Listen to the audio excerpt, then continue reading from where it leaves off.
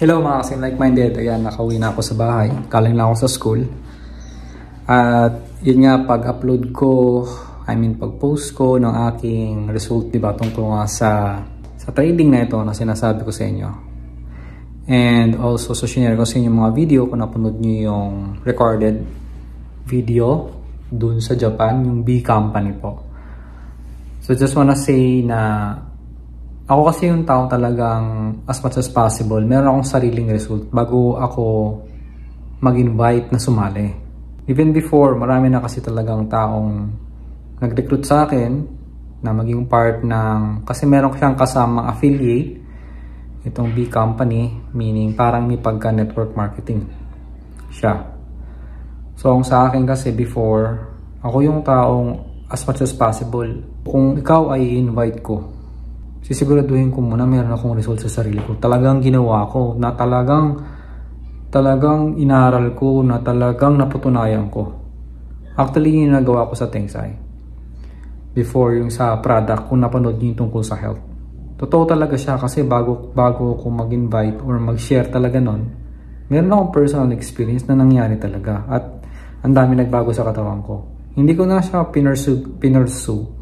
Kasi nakikita ko, hindi ako ganun kagalingan pagdating sa recruitment. Okay. Kasi ako yung taong lalagi kitang bibigyan ng options. Hindi ako mag-hard sell. Ewan ko, may pagkaganon ako. It's just like, sasali ka, sasamahan mo ko, maniniwala ka ba o hindi? It's up to you. Parang ganon. Pero syempre, sa akin kasi, kung meron akong sariling personal na result, hindi ko na kailangan magpatunay pa eh.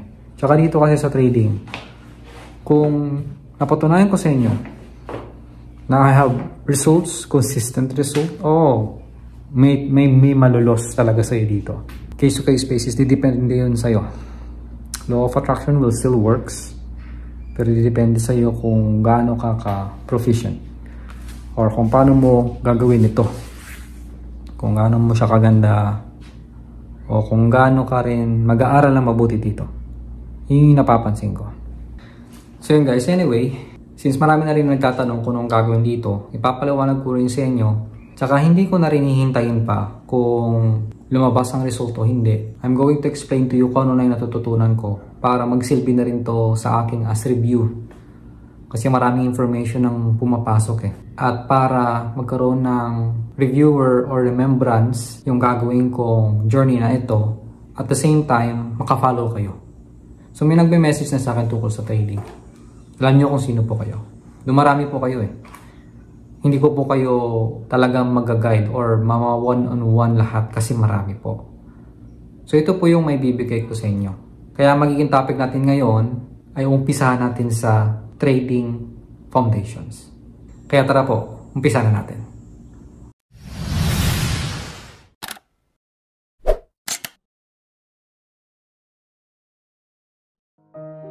Hello everyone, once again, my name is Ruji Caserna at ngayon po magiging topic natin ay tungkol sa trading. Kung titignan nyo po, ang daming impormasyon na lumalabas sa trading ever since, kahit dati pa. Marami na po mga professional traders dyan. Meron silang mga iba't ibang klaseng sinasabing strategy. Maraming mga sinasabing ganito daw yung foundation or basics. So kung isa-search mo, ang pinaka-big question talaga sa akin lagi, at also sa mga subscriber ko ngayon na nanonood dito, kung maalala nyo, ano ang first foundation ng basic? Ano po ang sagot? Naalala nyo ba? At yun ang who do you listen to? Kasi kung makikinig lang tayo sa mga taong sabihin natin, nagtitrade siya ganito, ito yung ginagawa niya, minsan nagpapaliwanag siya through instinct. Natuto siya sa ganun. So kung ang mga taong ganito, natuto lang unconsciously, na hindi nila namamalayan, basta natuto na lang sila, pag yan nagturo, malilito ka.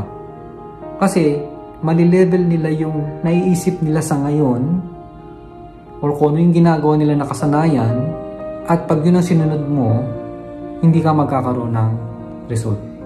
Kung meron man, for sure, maaring loss, o may win man, for sure, pero meron kang mga hindi naiintindihan.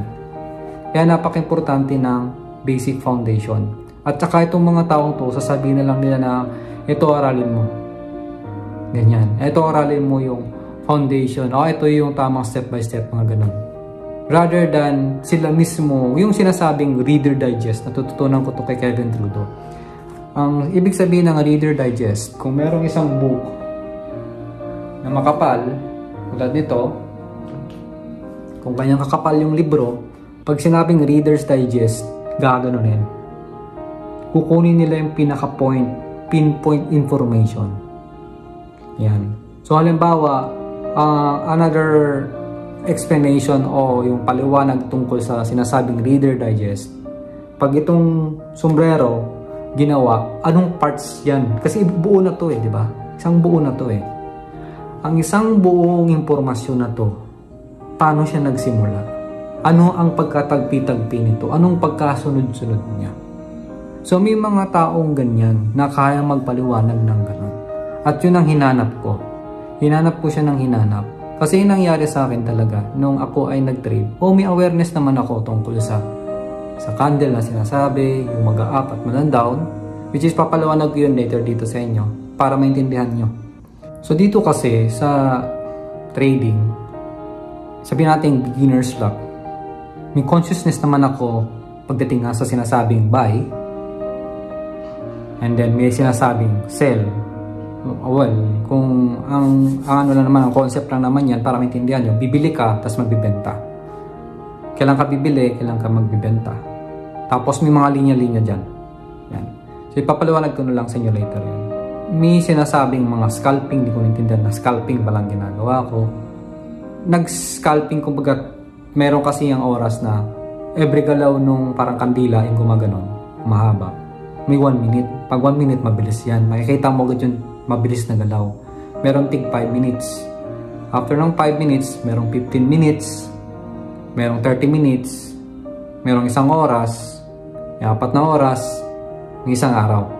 And so forth. May ganun siya. So may mga taong nag-a-analyze niyan kung anong galawan niya. At siyempre, sa dami nga ng strategy, ano bang hangad ko? Kailangan mo kasi malaman kung ano ang intention mo Ako yung taong mabilis. Ako yung taong lagi kong hahanapin yung pinakaugat o pinakapuno ng impormasyon kung ano yung mas effective na aayon sa sarili ko. Kaya yung umayon sa sarili ko is since alam ko, aware ko may kumikita ng mga 100,000 per day. Actually, meron ako nakita nito back then in 2022 nung ako ay nag-uumpisa na nga mag-trading. So itong taong to, nagsimula din siya sa wala. Nakita ko kung saan ako nag-umpisa. Nagsimula siya sa down moments niya. Ang dami niyang down moments. Ang dami niyang na-loss bago talaga siya natuto. At ngayon, kung magtrabaho siya, grabe. Grabe siya sa trading. Siguro siya ang pinakamalupit na nakita ko. So far, but I don't know what I do not know. Hindi ko pa talaga alam lahat kung sino yung pinakamagagaling. But so far, ito yung nakita kong pinakamagaling. So yung nangyari kasi is, ngayon, gigising siya ng madaling araw, almost 12 hours siya nag-trading talaga. Grabe yung intensity, yung focus niya, parang kabisado niya na yung galawan talaga ng market. Meron siyang simple strategy na pag yun lang talaga ginawa mo, uubra siya. May mga naririnig ako na mahirap i-predict yung market, ganito, ganun. Well, hindi siya nagpipredict ng market. Meron lang siyang talagang tinitignan. Hindi siya masyado nagbe-base sa mga news, ng mga ganito, ganun, ganyan. Alam ko, yung lagi kong sinasabi sa inyo, sa mundong to, alam mo kung anong pinaka-consistent at hindi nagbabago kahit gano'n ka kabilis, kahit gano'n ka kabagal, kahit gano'n ka katalino, o kahit gano'n ka hindi gano'n katalino, o kahit gano'n ka, alam mo yun, hindi mabilis umunawa. Alam niyo kung anong hindi talaga nagbabago? Sa lahat-lahat, consistent siya, hindi nagbabago, laging may standard at yun siya, walang nagbabago. At yun na yung energy. May energy nag-flow dito, dumadaloy. Yan, sa inyo din. Wala nagbabago dyan. Wala. Ang nagbabago is sa tayo. Kung bilisan natin, nandyan lang tatagos lang sa iyo. Pero sila nandyan pa rin. Ang nagpapa-intense, ang nagpapabilis niyan tayo. Dahil sa atin. Yung pinagkaiba mo sa pinagkaiba ko is intensity ng bawat energy natin na dumadaloy dito ngayon sa katawan na to. This is not real me. This is just the body. kumbaga in physical term, body. But the truth is, this is just an energy. Energy tayong lahat. So yun nga, anyway, balik na tayo dun. Dito guys sa trading, yung explanation ko nga ay sa dami ng strategy na lumalabas dyan. So yung mas umayon sa akin, yung scalping. And then sabi niya, mag-focus ka lang sa 5 minutes na galawan. Itong taong to, dahil sa scalping na ginagawa niya, sa strategy na ginagawa niya, may kita siya ng, alam mo sa isang araw, 100,000? Hindi pesos US dollar. Magkano yun? Ang galing niya eh.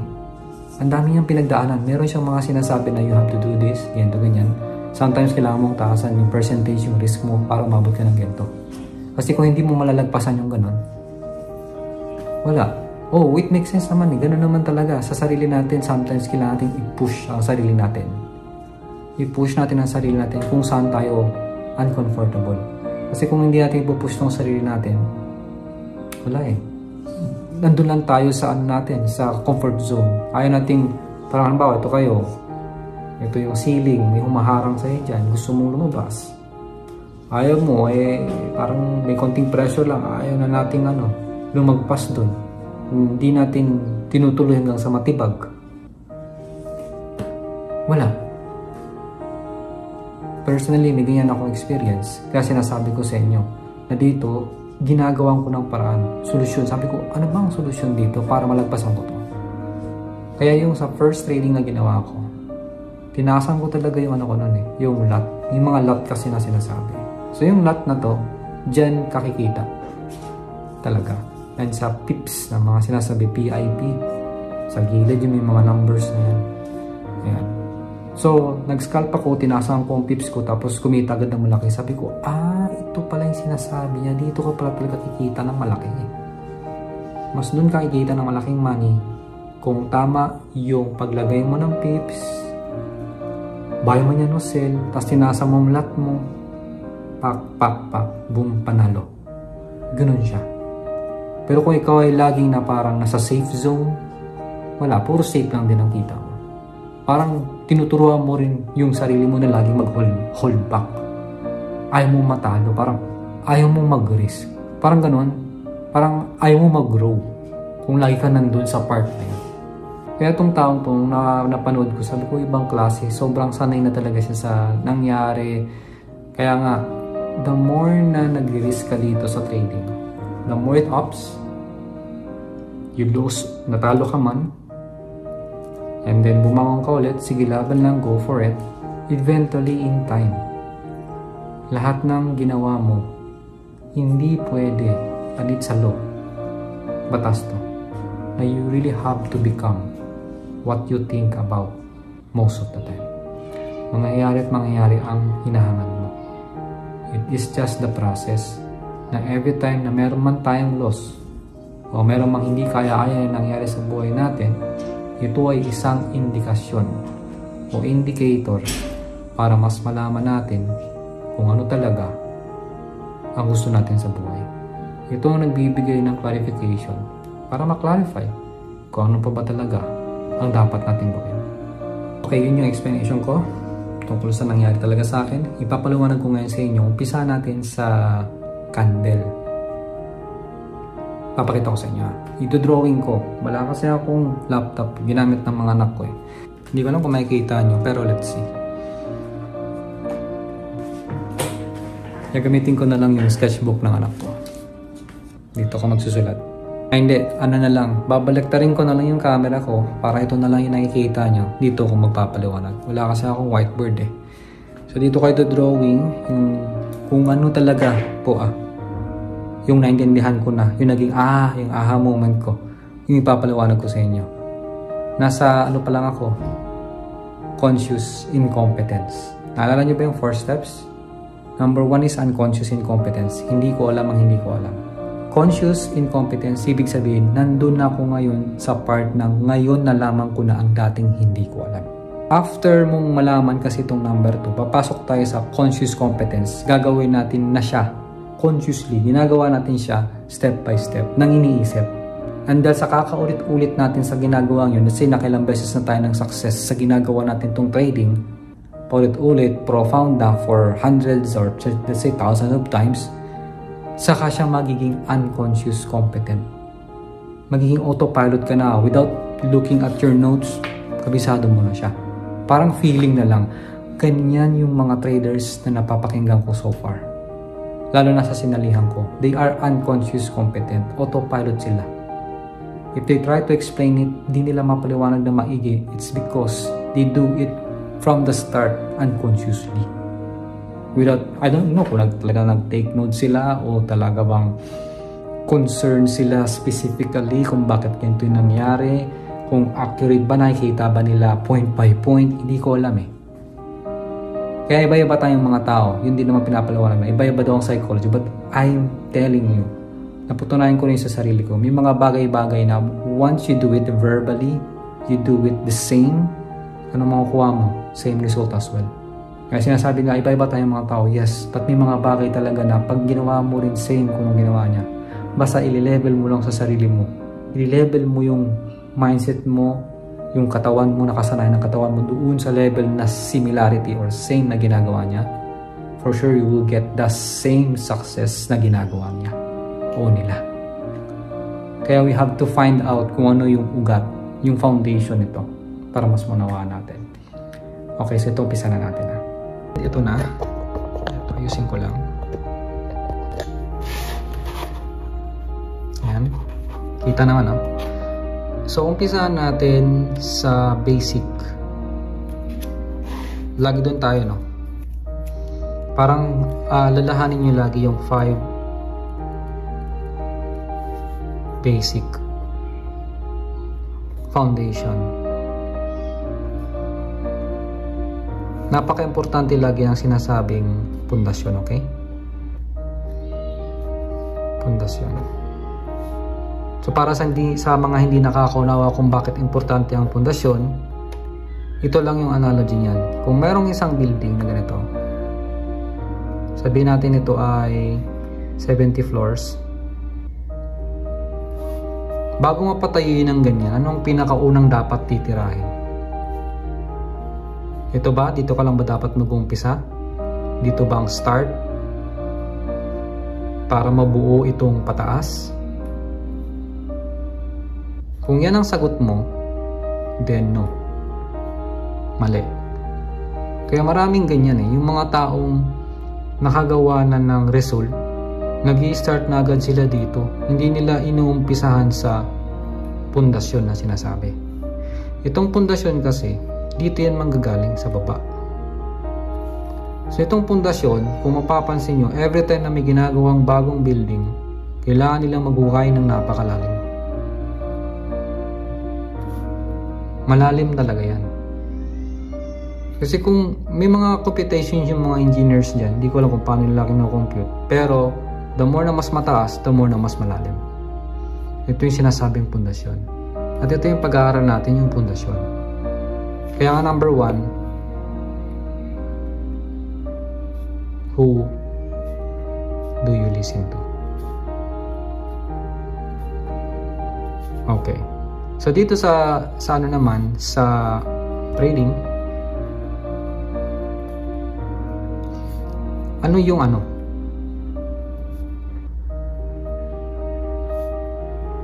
Pundasyon. Actually nakakalito kasi may mga pundasyon na sinasabing umpisahan sa Forex Foundation.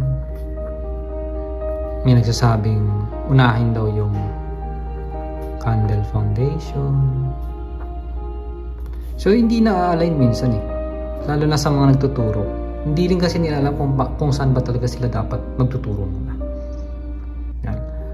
Yung mga ano po, ang ibig kong sabihin yung talagang nakaka-experience na. Kasi minsan nakakalimutan na nila kung saan sila nag-umpisa. Yan. So dito sa Forex or dito sa trading, pag sinabing umpisa dito sa Forex po, ito muna yan talaga eh. Para mas maintindihan nyo ang ibig sabihin ng Forex trading. Forex trading. Ang ibig sabihin po ng Forex trading, ito. Forex exchange. Forex exchange. Alam niyo ba yung Forex exchange? Yun yung makikita niyo yung ito. Money exchange. O yung money changer.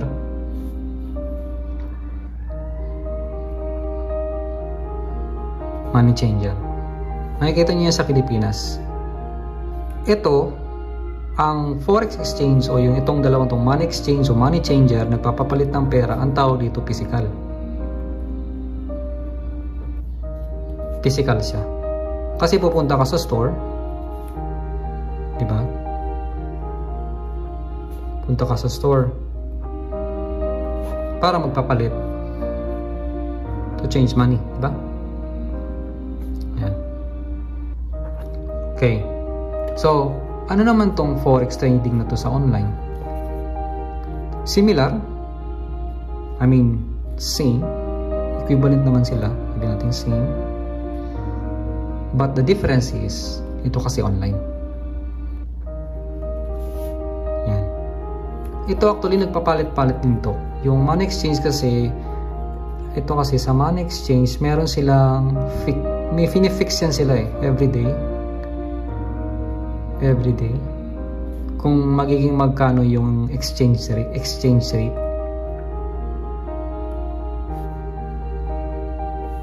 Halimbawa, anong araw ngayon? Monday. Yung sabihin natin yung USD, kung may dollar ako, ipapapalit ko sa PHP. Magkano yung 1 USD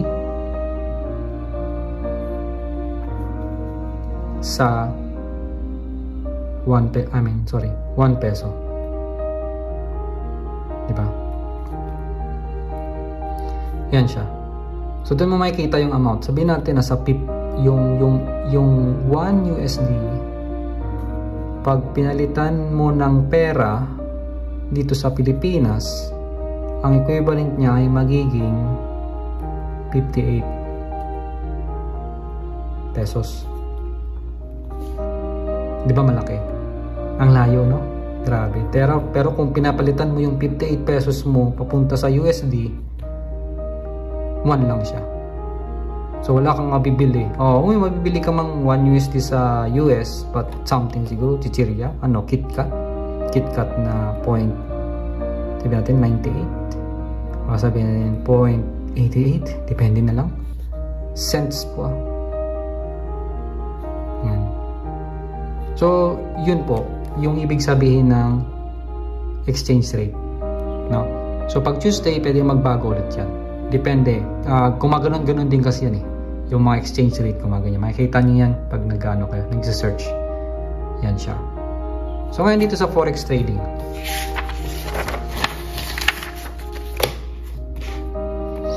Sa forex trading, may mga major tradings lang na ginagawa, pero siguro, necessary naman siya, pero hindi ko mapapaliwanag lahat dahil hindi ko pa talaga sa kabisado. Siguro kung nagtitrade na ako, ipapakita ko na lang sa inyo kung saan ako nagtitrade talaga. So dito sa forex trading, para maintindihan nyo, may mga sinasabing ang buy. Para maintindihan nyo po, no? Buy, tapos merong sell. Nakakalito kasi may mga sinasabi pang bullish. Bull talaga. Alam niyo yung bull? Yung toro? Di ba may sungay yan? Na parang ganon. Naninusok yan, di ba? Sorry hindi ako marunong mag-drawing eh. Anyway. So, bull, ibig sabihin, di ba sa trading may gumaganyan-ganyan? Or sabihin natin may mga candle na gumaganyan ganyan. Pansinin niyo po, try niyo po mag-check kayo nung search, kumbaga search niyo sa Google. Search sa Google yung trading candles. Yan. Tapos pagka-search niyo sa Google, click niyo yung images. Yan. Then makikita niyo to. So sa mga candle, meron kang makikitang color, actually, normally ganito yan eh. Ito, sabihin natin color green to. Green. Yan. Ang color green, tapos may mga linya-linya kasing ganun yan. Tapos may ganyan. So may mga parang gumaganyan yan eh. Yan, gumaganyan, tapos biglang gaganyan, tapos biglang gaganyan, tapos parang may mahaba pa minsan na ganun. May ganyan, tapos may gaganyan, tapos biglang dito, biglang gaganon, tapos biglang may gaganon, biglang gaganon. Yan. So, yan yung mga candles na sinasabi. So, itong green na to, ito yung sinasabing bull. No? Yung green. Ibig sabihin ng bull, puro paangat siya. O, in other word, yung pinaka-term talaga ng bull na yan, ang tamang term ay bullish. Yan yung term nila. Color green yan, bull. So yung bull, as explanation kahapon ng isang Pinoy na magaling mag-trading, ang bull, yung color green na to, o yung umaangat, nagsisimula siya mag-open. Sinasabi pang open-close eh. Kaya nga sabi ko may magendo pa pala. Open, tapos close. Anong open-close? Open candle, tapos close candle. Ganyan. Sorry. Yan, close candle. So dito sa open candle na to, pag sinabing open candle, magsisimula siya sa baba tapos sa angat ng ganon. Ito yung opening. Yung close naman, di ba nag-umpisa sa baba and then mag-stop siya dito sa taas. Ito yung stop niya. Ito yung open sa baba. Ganyan. Huwag na daw masyadong pansinin yung parang humahaba na ganyan. Yan siya. Okay? So kung ito ay bullish, kung ito ay pataas, kung ito ay green, ibig sabihin ang gagawin mo ay buy. Bibili ka. Ang meron kasing dalawang button dyan every time na magte-trade ka. Dito. Halimbawa, trade, di ba? Trade. Tapos may lalabas na buy. Tapos isa sell. Yan. Ito lang ang purpose niyan. Magbabay ka kung yung dito, bawa to. Gumaganyan din siya. Tapos halimbawa bumaba ng ganun. And then biglang umaangat na ng ganun. I-click mo yung buy para every time na umaangat, kikita ka. Yun siya. Pero papakita ko sa inyo kung bakit kakikita talaga dito. Okay. Nakukuha po ba? I hope sana nakukuha nyo. And then, next. So yun yung ibig sabihin ng bullish o green. Ito yung basic foundation po. Ulitin natin. Ang basic is merong buy at merong sell. Okay? Sa dalawang ito, inuna ko muna yung buy. Ano yung buy? Ang buy, ang tawag nila doon ay bullish. Okay? So ano tong bullish? Yung bullish, yan yung candle na color green. No, pwede nyo namang baguhin to kahit anong kulay. Nako-customize yung kulay nito. Yung sa akin kasi color green. Ayan. Tapos, itong candle na to, merong tinatawag na open, tsaka close. So, yung open nito, magsisimula sa baba. Ang close, ito open, di ba? Ang open yan, mag-uumpisa dito. Parang dito ba siya mag-uumpisa sa baba, tapos gaganon, ganyan. So, yung close, magko-close siya dito. So, once nag-close siya at nag-open ulit dito sa baba at gumanon, ibig sabihin, dito yung start ng open niya, angat pa rin siya, then close. Yan. So, kung alam yung bullish, kung alam yung color green, kung alam yung umaangat, then, ang gagawin nyo ay buy. Okay po tayo so far? So, yan yung pagkakaunawa ko. Kung baga dinidecode ko po, no? pa isa-isa para maintindihan po nung lahat na talagang walang alam, kahit ako, na walang naiintindihan dito sa trading na sinasabi. Okay? So next natin itong sell naman. Okay, ulit. So merong buy, meron sinasabing sell. Okay. Sa sell, ang term naman nila dito ay Papa Bear o Bear. Yan. Bear siya. Alam niyo yung bear, di ba? Bear. Yan. Anyway. Pero ang pinaka-term talaga niya ay bearish. Yan. Ito yung pinaka-tamang term niya. Bearish. So, ano ba itong bearish?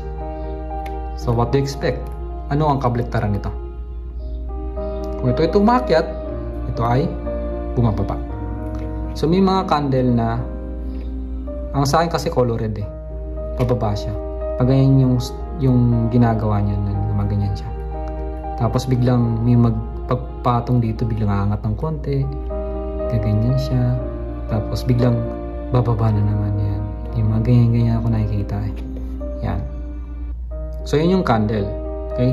So, red, anong pinagkaiba nila sa open close? Open, tapos close. So, sa red, nasaan ang open niya? Dito. Magsisimula sa taas. Magko-close siya dito sa baba. Okay, to make sure kung tama itong pinapaliwanag ko, i-check ko yung aking notes. Meron akong notes na kahapon. Ito.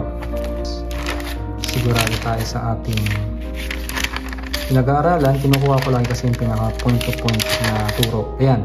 O, diba? Kapag red, ang open dito, and then magko-close siya dito. Kapag bullish, yung paangat, galing sa baba, and then magko-close siya dito sa taas. So, tama. Okay? So, ito yan. Color red. Yan. So, ngayon, kung ito ay bumababa,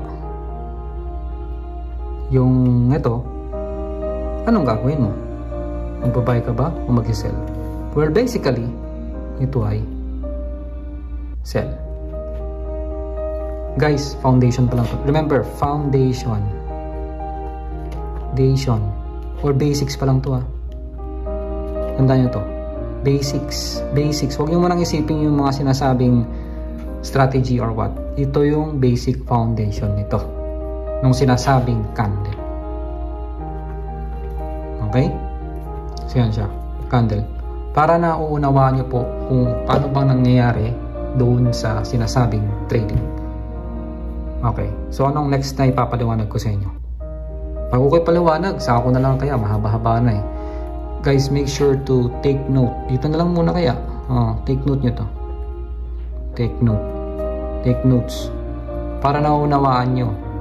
Ang next na gawin nyo, mag-watch kayo sa YouTube ng mga nagte-trade. Watch sa YouTube ng mga traders. Sabi natin how to trade. Or hindi, wag yan. Sige, pwede na rin yung search nyo how to trade. Wag yung pakinggan. Pwede nyo naman pakinggan yung sinasabi. Pero ang ginugol ko lang dito is tulad ng tinuturo ko palagi sa inyo. Alam nyo, the highest, tandaan nyo to ha. The highest, if not the greatest,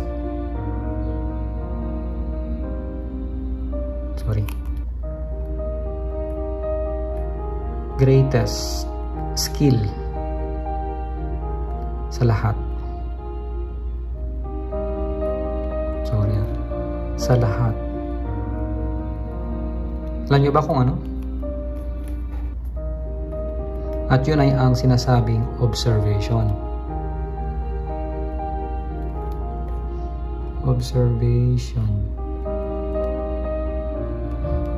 Ito ang pinakamalakas na skill sa lahat. Akala nyo kung ano-ano pa? Observe. Kaya nga sabi ko, maraming taong hindi mapaliwanag ang ganito. Because they are not observing. They just do it, sinasabi ko sa inyo, instinctively lang nila ginagawa. Through instinct, through feeling, or sinasabing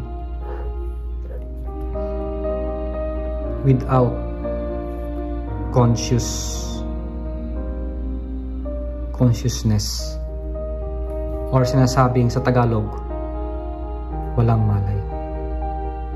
Basta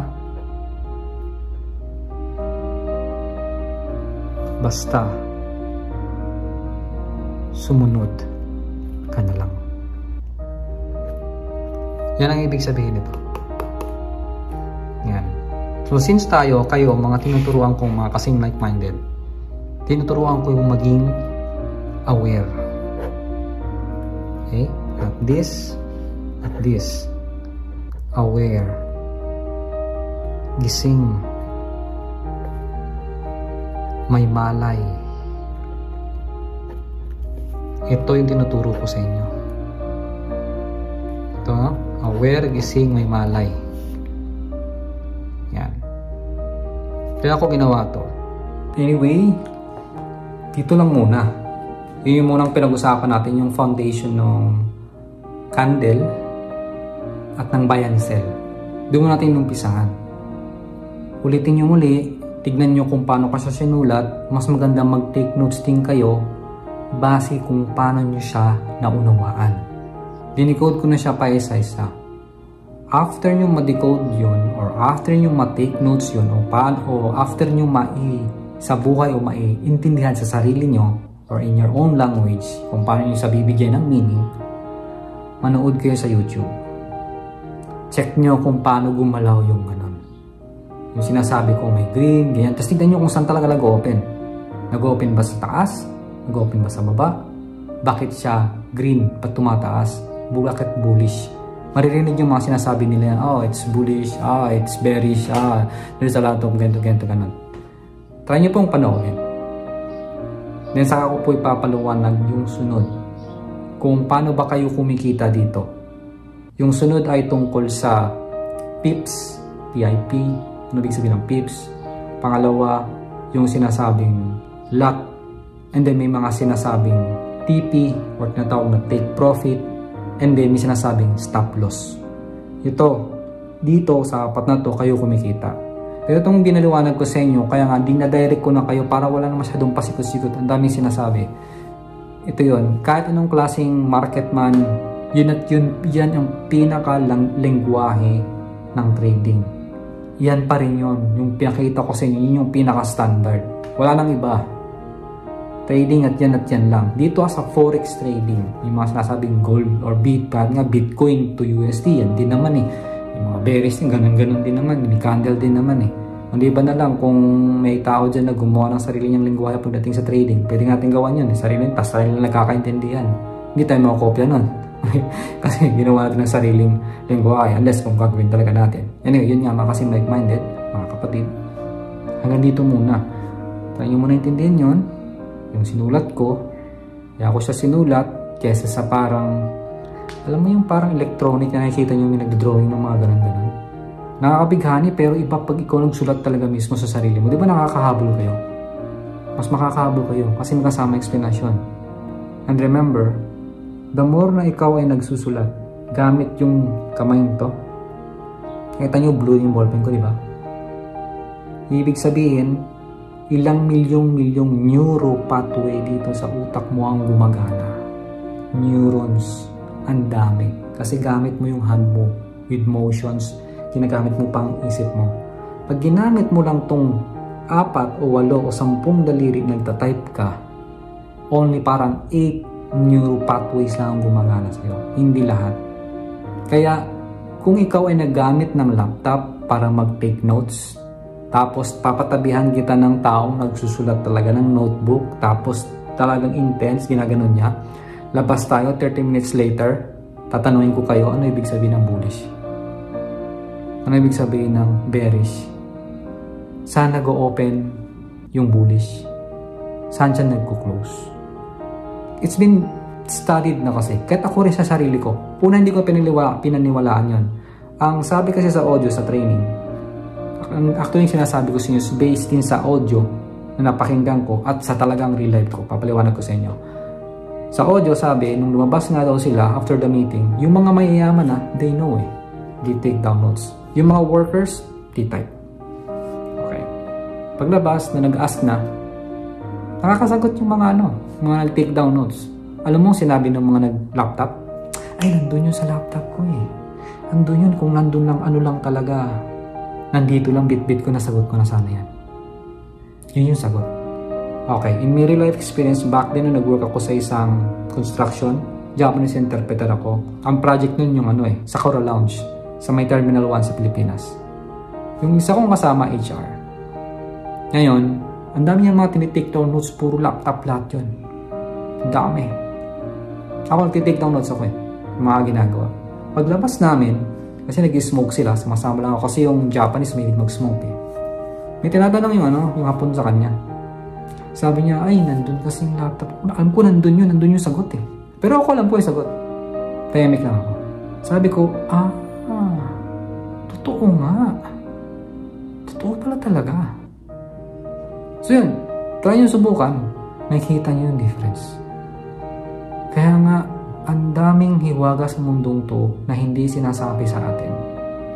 Maraming hiwaga dito sa mundong to na maaaring hindi nyo pa naobserbahan. Kaya ano bang sabi ko kanina? Ano ang pinaka the best ever or highest skill sa lahat sa totoo lang? And that is observation. Keep observing. Kaya please observe it as well. Kung yung pinapaliwanag ko, anong mga words na sinasabi ko, yung expression ko, yung mukha ko, yung bibig ko, paano ko gumalaw, yung energy, what do you feel? Naniniwala ka ba dito sa sinasabi ko? Anong naramdaman mo? Do you believe on it? Kasi pag naramdaman mo at naniniwala ka, yun yung talagang pagkatao mo. Pero pag sinabi kong what do you think, anong mangyayari sa'yo? Iisipin mo lang base sa iyong past experiences o nakita o narinig o nagawa dati. Pero pag sinabi kong what do you feel, naniniwala ka ba dito sa sinabi ko sa'yo? It's up to you to decide. Nandito lang ako upang magbigay sa inyo ng impormasyon na kung saan pwedeng makatulong talaga sa inyong personal na buhay. At of course, isa na rin itong tulong sa sarili ko para the more kasi ako nagtuturo at actually nagkakaroon din ako ng aha moment, mas naging clear out siya sa akin, the more I become powerful. Kaya nga po naging magaling ako sa presentation, gumaling ako sa pagsasalita, through vlogging. Hindi ko napansin na gumagaling pala ako tuwing ako ay may naituturo na tama, na base talaga sa real life experience ko. So kung nagagawa nyo rin yan, sa sarili nyo muna, tinuturuan nyo sarili nyo, pinapaliwanag nyo sa sarili nyo kung ano ang napanood nyo dito. Alam ba, after ito, post mo, o stop mo, sabi mo, teka, ano yung natutunan ko dito sa napanood ko ngayon sa video na to? Ano? Yung try mong ipaliwanag sa sarili mo. Ang sabi kasi ni Coach Ruji Kento, ito daw yung ganyan, ganito, ganon, ganyan.